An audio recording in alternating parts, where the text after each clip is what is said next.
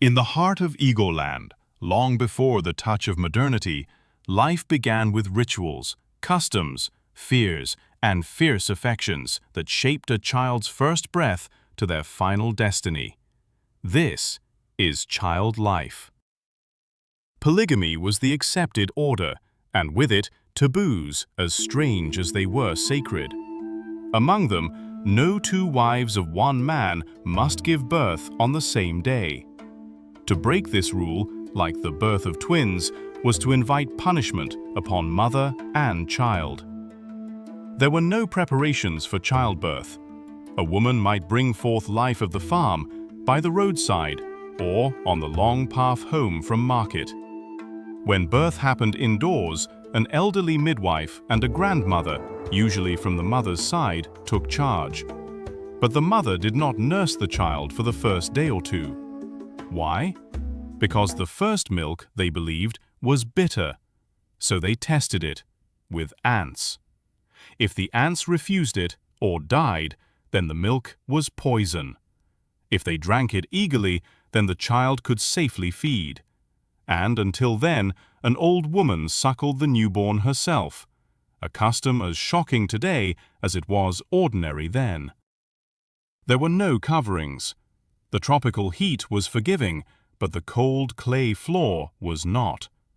Newborns were washed in cold water and slept beside their mothers, always. The introduction of a crib by a missionary's wife was a scandal. To put a baby on a shelf was seen as abandonment. Circumcision, performed on boys and girls alike, usually came between the 3rd and 8th day, sometimes as late as puberty. There were no religious rites, only tradition. Naming a child was a celebration. Elders bestowed names like Nwa Eke, child of Eke Day, marking the sacred moment of birth. Then came the second name, inspired by a trait, a quirk, or even a fancied resemblance to a departed relative. Because to the Igbo mind, every child was a returning soul, a grandfather reborn, a mother revived in the body of a little girl. The home erupted with feasting, palm wine flowing freely to welcome the returned one. Sometimes a dibia, a medicine priest, claimed a child as the reincarnation of a former healer. Such a child was dedicated to the medical cult and raised in the mysteries of the craft. Other children, born within the sacred ground of an idol house, were claimed by the Alusi, consecrated, married for life, to the deity. Few moments caused greater tension than the cutting of the first tooth. If the tooth appeared from the lower gum, all was well. But if it emerged from the upper gum, that child met the tragic fate of twins. Thrown into a water pot, then abandoned in the bad bush.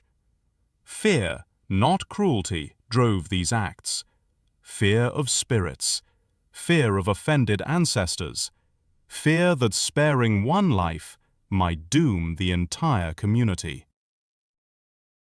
Childcare was vigorous, raw, unfiltered. The newborn's day began with a hot bath, followed by a ritual of massage, bone pressing, and stretching. Herbal liquid was poured into the child's mouth, forced down the throat while the baby gasped for breath. A loofah scrubbed the tiny body. The skull was pressed, the limbs kneaded. The mother blew into the child's eyes, nostrils, ears, and mouth with astonishing force. Then, drenched and exhausted, the baby was laid to rest, sometimes on a banana leaf, sometimes on the bare ground. Yet, under this harsh regimen, many babies thrived. Some even more robustly than those raised under European methods. For illness, native remedies varied from the strange to the miraculous. A wasting infant might be rubbed with a mixture of halved ants, red pepper, chalk, ochre, and palm oil. Astonishingly, some survived, even flourished. The boys grew wild and free, lords of the street's sandy playground, naked, swift, fearless. They learned archery by hunting lizards, turned somersaults with springboards made from palm fronds, wrestled, danced, shadowed their elders to the farms, carried clay for building, gathered knowledge from the world around them. By sheer participation, they became strong, wiry, and skilled long before adolescence. The girls' path was different. Duty began almost as soon as they could walk. Water fetching, wood gathering, sweeping, cooking. They followed their mothers to market, learning the complex art of trade. Yet they were not joyless. Girls danced, especially the rhythmic step dance, where each must anticipate her partner's movements to the delight of onlookers. Their laughter echoed through the compound, even under the weight of early responsibility. Despite customs that shock the modern world, the Igbo held one truth above all: children were priceless. A man with many children commanded respect, envy, even reverence. Siblings, whether full or half, were bound by unbreakable loyalty.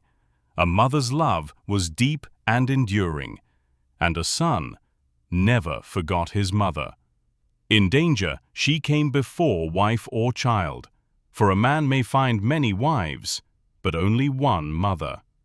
By the age of 3, the Igbo child joined the Otu, the age company. From then, boys and girls followed different destinies, the boys into adventure, the girls into responsibility. There was little discipline at home. Children ran free, guided only by occasional punishment for severe mischief. This freedom made the first encounter with school discipline a cultural earthquake. In these customs, harsh yet affectionate, raw yet ordered, lay the foundations of Igbo childhood. A world where life began without fear of hardship and ended with the fierce love of community, spirit, and family. This was child life.